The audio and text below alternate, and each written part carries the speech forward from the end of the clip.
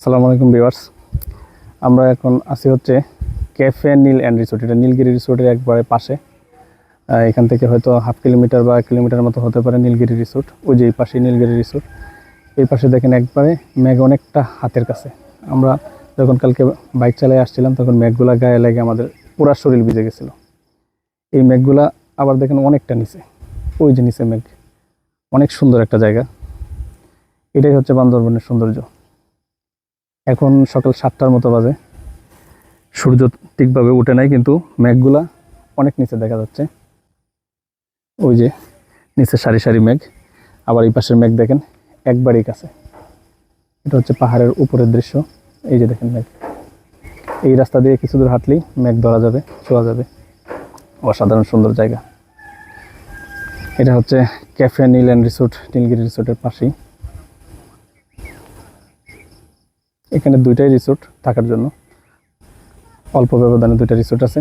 দুইটাই মোটামুটি ভালো মানের। নীলগিরি জানি না কতটুক, তবে ক্যাফে নীল রিসোর্টের মান খুব একটা ভালো না, কিন্তু এখানে আর অল্টারনেটিভ নেই থাকার জন্য।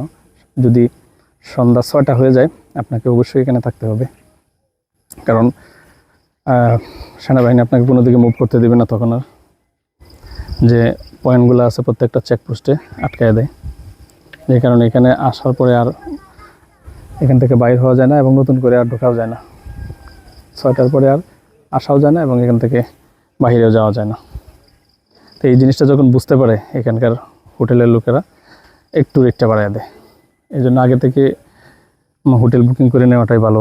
যদিও এই হোটেলগুলো হয়তো অনলাইনে পাবেন না, হয়তো নীলগিরি রিসোর্ট পাইতে পারেন। অসাধারণ সুন্দর জায়গা।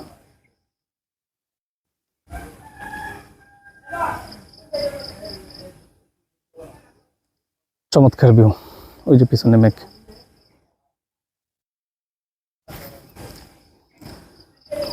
এখান থেকে আমরা যাব হচ্ছে এই রুট ধরে, প্রথম নীলগিরি, তারপরে থানচি আলীকদম হয়ে একবারে কক্সবাজার।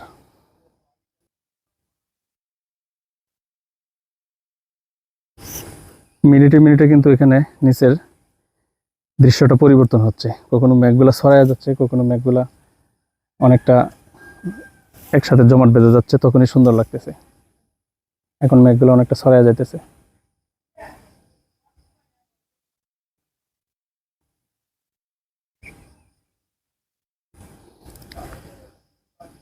তো এখন এখানে এই পর্যন্তই। এরপরে হয়তো নীলগিরি রিসোর্টে গিয়ে আবার কিছুটা সময় কাটিয়ে তারপরে আমরা চলে যাব আলীকদমের দিকে।